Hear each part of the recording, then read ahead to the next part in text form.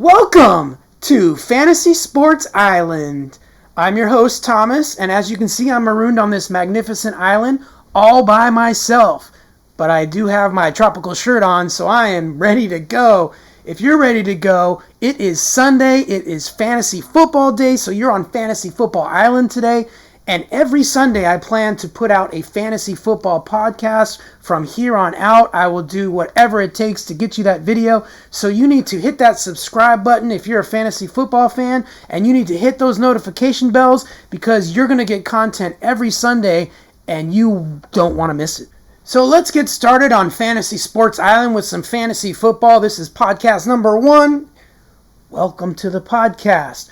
So the first podcast is going to be about being a commissioner. So if you're one of those guys that decided this year you're going to start your own fantasy football league, well, this is for you.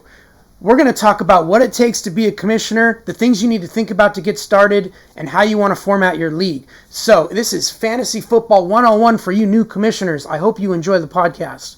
Before I get going, for all you commissioners out there, I just want to let you know what justifies me as being able to give you good information about fantasy football and being a commissioner. Well, I've been a commissioner for 25 years. I've been doing it so long, I can do it with the back of my hand.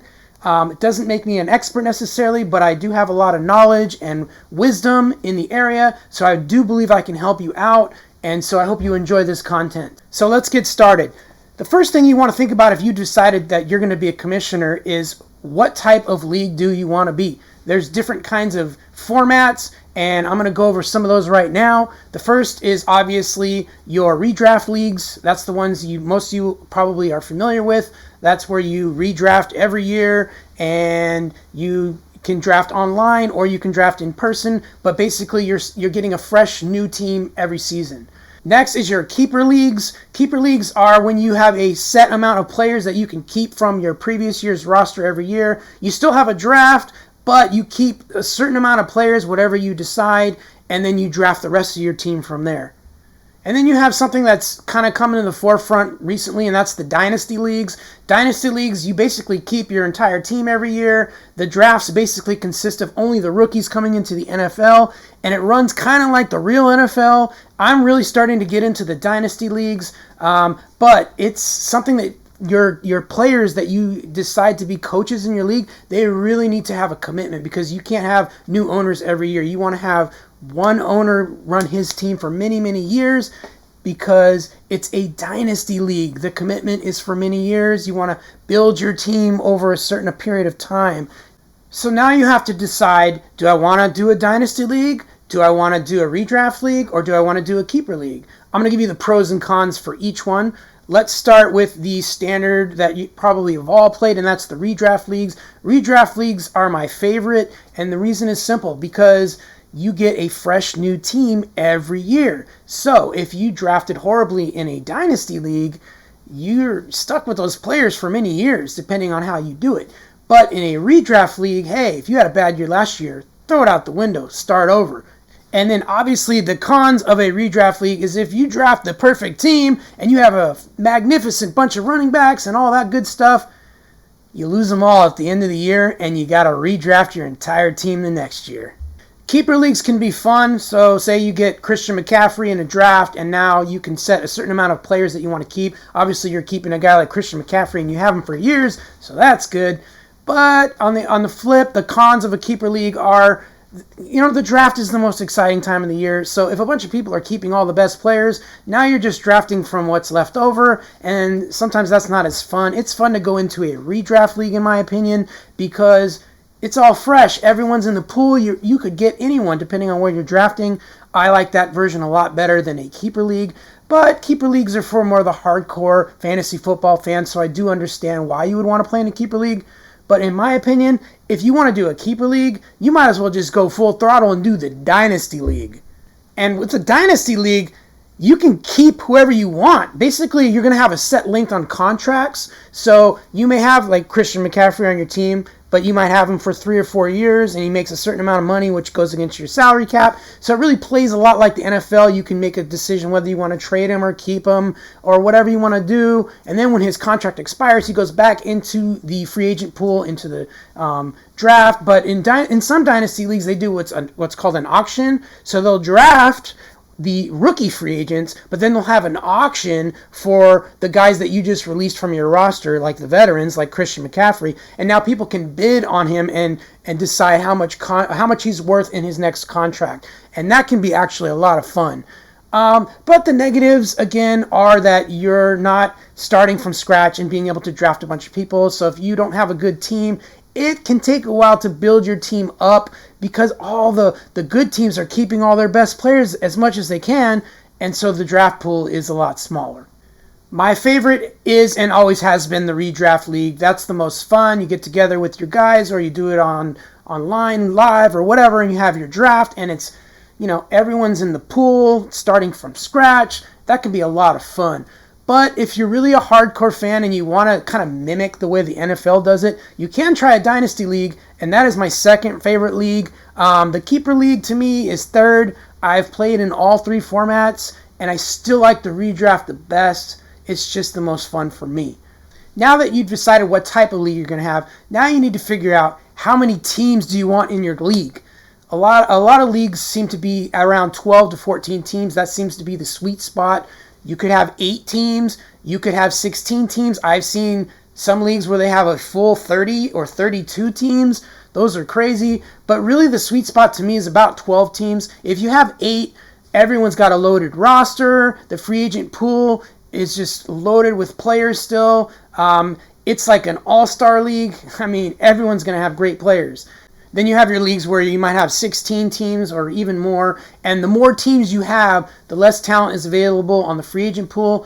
And really, it's harder for your teams to field a good lineup.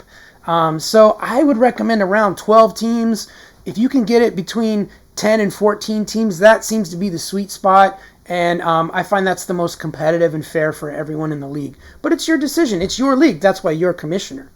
So the next thing you're going to think about after you decide how many teams you want in your league is the scoring system. And there's so many different formats for scoring systems. This is where you, as a commissioner, can get really creative. You can just go with standard scoring on all the websites, and that's going to be like a lot of points for touchdowns, and you'll get like 1 point for every 10 yards rushing, and 1 point for every 25 yards passing, and a passing touchdown will get you 4 points, and a rushing or receiving touchdown will get you 6, etc. And those are basic, or you could go with like the PPR scoring, which is points per reception. And points per reception scoring usually, generally speaking, will give 1 point to running backs, receivers, tight ends, all of that for each reception that they make. That makes it a little more dynamic. So guys like Michael Thomas will be really valuable because they catch a lot of balls and they get a point for every catch. And running backs like Christian McCaffrey and Saquon Barkley, who catch a ton of passes out of the backfield, are more valuable in these type of leagues. If you go with the standard leagues, then you're going to want the guys like Ezekiel Elliott and guys that get a lot of touchdowns. So you have to decide which way you want to go with that. Or you could do custom scoring and just live it up. And that's what I did about, 20, 25 years ago when I was first starting. I kind of designed my own scoring system. It was revolutionary at the time. My friends still use this format to date, and I love it. I think it's the best. And basically, I get points for all kinds of things. We get points for carries for your running backs. We get points per reception. Our quarterbacks get points for completing passes. They get yardage bonuses. Running backs and receivers also get yardage bonuses. For instance, if they go over 100 yards, then they get an extra 5 points. The defenses do all kinds of crazy scoring. 2 points for a sack, 3 points for a turnover, 6 to 10 points for a touchdown, depending on the length of the touchdown. There is all kinds of things you can do to get creative with your scoring systems. I will do a podcast on the scoring system I use in a future podcast. But basically, you just need to figure out which direction you want to go with your scoring. So now that you got your scoring system figured out, the next step is you want to figure out what type of league are you going to be. Are you going to be a head-to-head league where each team plays another team each week and you keep a running record and that's how you win the league? Or are you going to be a total points league? Total points leagues means that you just accumulate your points for the total season. Whoever has the most points at the end of the year wins. Or there's the hybrid. Some leagues, a lot of leagues that I play in like to do where they have a payout for the head-to-head champion and a payout for the total points champion. And to me, that seems to work the best because you get your people that love the head-to-head aspect, and that's the way they've been playing their whole life. And so you give them a taste of that. Also, at the same time, you do the total points. And that really, to me, total points determines the actual team that's the best team. Sometimes in the head-to-head leagues, if it's just head-to-head and you have the best team and you're scoring the most points every week, sometimes you just match up with guys throughout the season that happen to have their best week when they play you and they give you a loss. And some of those teams don't even make the playoffs, or sometimes you'll make it to the playoffs and you obviously have the best team, and some team will have a lucky week and boom, you're out. You don't get paid for anything. That's why I like, for my own preference, total points leagues. That determines, to me, the best team, the team that drafted the best and, does their rosters the right way and collects the right free agents throughout the year. They're the ones that usually rise to the top and win the leagues. So at the end of the year, when you have a total points champion, you feel like, yeah, they had the best team. I've never said, hey, that team was not the best team when they won the total points championship. So that is my preference. But really, most leagues, you could do a hybrid where you just determine how much of the pot goes to the total points champion and how much goes to the head-to-head. 50-50 seems to be the sweet spot, but in the leagues I play in, we usually give the heavy amount to the total points champion because, in our opinion, that's the mark of a true champion. So now that you've done all that, now you need to decide what website, what fantasy football service are you going to use to keep track of all your data, including your points. So there's a ton of them out there. The standard one that seems to be the most that people use is Yahoo, which is fine. I like Yahoo, and it's free. That's a good one. The NFL.com has their own, of course. It's a little bit basic, though. Not a lot of options there. I've used a website called Fantrax. Again, that's another free service. But they seem to give you more options, especially for scoring, so you can customize your scoring, and you don't have to pay a fee to run your service. But then my favorite is the myfantasyleague.com website. If you're going to put together a dynamic league, that seems to be the best website for me. It does come with a cost, so you might want to collect money up front from your teams to pay for that, to cover that website service. It's not super expensive. I think the most it gets is like $70 to $75 for the whole season. And it's totally worth it because there are so many custom options. You can do just about anything you want. You can change the way the website looks. You can do it all on that website. So that is my favorite. If you've decided to become a Dynasty League, I do have a favorite website that I use for that one. And that is Reality Sports Online. And I will do a separate podcast on Reality Sports Online and their Dynasty format for you in a separate podcast. But let me give you a little quick update about Reality Sports Online. They have an auction to start the season where you bid on players, and that determines their contract length and value. And they keep track of everything that the NFL would keep track of, your salary cap. You have an auction every year for all the available free agents. You still have your draft for all the rookies. It is sensational. If you're into the Dynasty format, I do recommend Reality Sports Online. So now that you've determined what website service you're going to use, now you need to figure out if you're going to play for money or is it free or what. Most leagues play for money. Let's be real. We're guys. We like to gamble. Let's play for money. Now you need to determine what the cost for each player is going to be. And there are different ways to do that. But most leagues just have an upfront, $50 or $100. And then you got to figure out what first place gets, second place, third place. I would recommend paying at least the top 2 or 3. If it's winner takes all, then the teams that kind of fall out of the race as the season progresses will quit.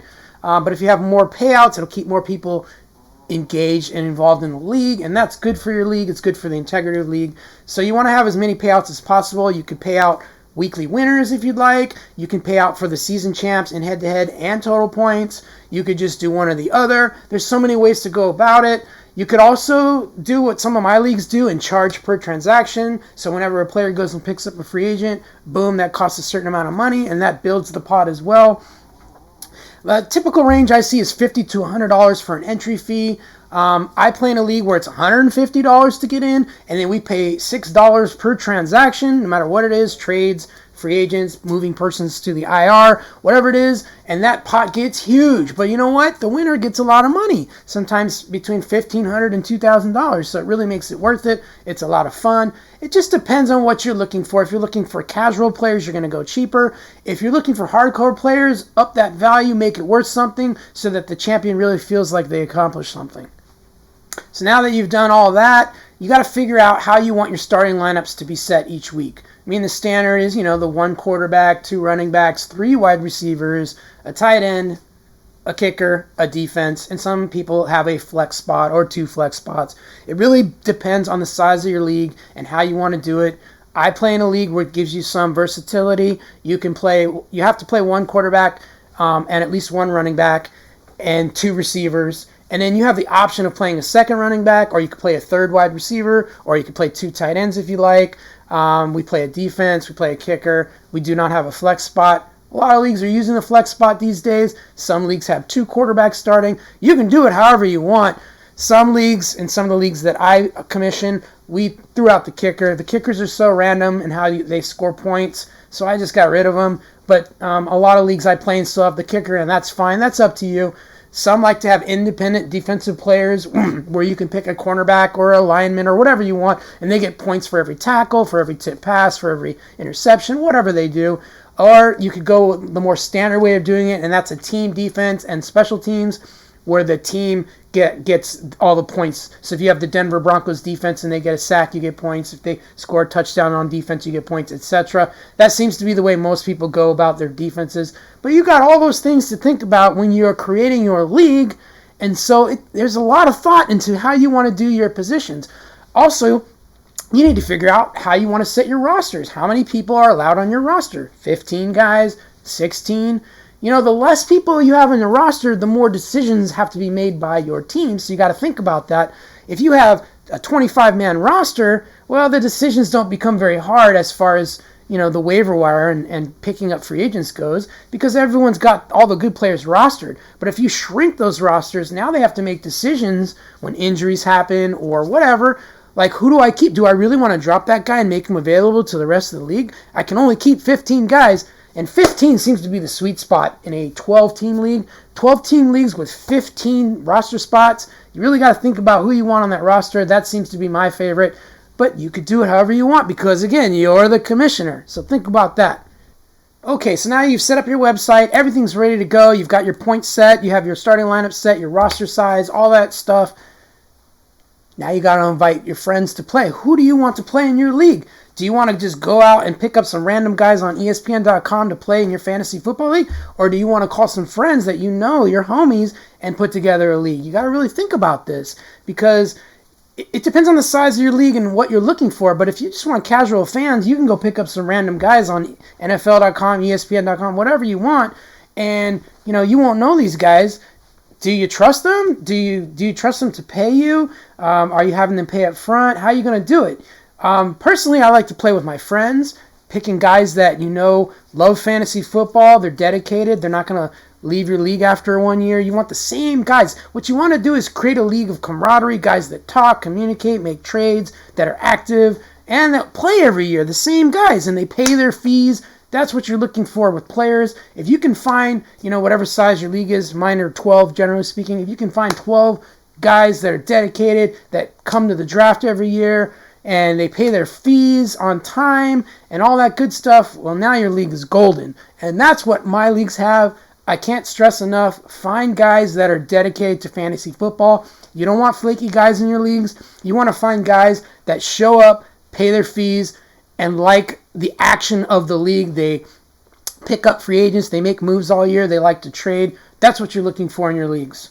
And now that you've set up the foundation of your league, you've chosen the people that are going to play in your league, and you're about ready to get started, make sure that you send everyone in writing the rules. They want to know exactly what they're getting into, and you don't want to have to be dealing with changing things as the season goes on. You want to have a set guide, written rules, and explaining through each step how it's going to work. That way it's clear to everyone, and when a situation comes up, you can just refer to the rules and say, hey, It's in the rules. If you want to change something, you want to do it at the end of the season, and you can talk to your teammates and people in your league about what rules you want to change at the end of the season. But once you have your rules set for the upcoming season and you start your league, you shouldn't change the rules as you go. You should keep the same rules, and they should be written down for the entire season. So once you have your rules taken care of, now you need to set a draft date and time. And if you're going to do it live in person, where everyone gets together and has a draft, you got to make sure that everyone can make it. You got to pick a day and time that works. And what seems to work for me is you set a day and a time for the draft before you invite players to play in your league. That way they can choose to see that and say, oh, I can play in that date, and they'll join your league. Hey, if they can't make that date that you set for the draft, well, then find someone else to get started, because this is going to be the same day and time for me that I'm going to have every year. That way everyone knows up front, hey, the draft is on blah, blah, blah. I will make sure to schedule things around it so I'm there every year. That's what you really want. You don't want to be changing the draft date and time every year, because you're never going to appease 12, 15, 16, whatever, however many guys are in your league. You're never going to be able to appease them all. So set a draft date and time that works. Get guys that join your league that can commit to that day and time each and every year. And then you got to make your league fun. So what do you do to do that? Make traditions for your league. That's one way to do it. We have a tradition. We draft in person every year. Now, obviously, this year with COVID-19, that's probably not going to be possible. We'll probably do it on Zoom. But other than this year, the last 20-so years that they've been playing, they meet at someone's house and they draft together. It is a tradition. We have a barbecue. It's fun. We talk smack. It is fantastic. That's what makes leagues alive. Those type of things. The community of the league is tremendous when we have these drafts. You can have other traditions, like a weekly winner payout. Each time someone wins a week, they get paid. You could do that. There are other traditions. We have a trophy for the winner, and the guy that wins the league gets to keep the trophy in his or her house, until the next season starts. That's another tradition you can think about. Think about ways to make the league fun and interesting so that people don't get bored. And people that fall out of the race early in the league, they don't just quit and disappear on you. You want to keep things fresh and interesting. And lastly, make sure that as the commissioner, you're sending out emails all the time and updates. You want to encourage some trash talking in your league. Just keep the lines of communication open with your league mates. Now, some league mates, they're just not going to reply to emails and message boards and stuff. That's just not their thing. But you want to still try to encourage it. You want to keep the league updated on anything that you're doing. Just make sure and send out emails. You don't even have to do it every week. I preferably like to do that. Just update, hey, congratulations to so-and-so for winning the week, or whatever. Just keep in communication with your players. Make the players in your league feel welcome to your league and like they're a part of something. So stay in constant communication. That's key as a commissioner. I hope you enjoyed this version of the podcast number 1. For you new commissioners out there, or anyone that loves fantasy football, drop some notes in the comments down here. Let me know what kind of content you're looking for specifically in fantasy football. If you're a new commissioner and you want more details on this or that, shoot me a comment and I will try to incorporate that into future podcasts. Make sure you subscribe and hit that notification bell, because content comes every Sunday for fantasy football, and I got all kinds of other good stuff coming. If you haven't seen my latest Lakers documentary, Part 1, you should check it out. It's in the links below. Part 2 will be coming out next week, so I hope you enjoy. Thank you for watching on the Guy Talk Network.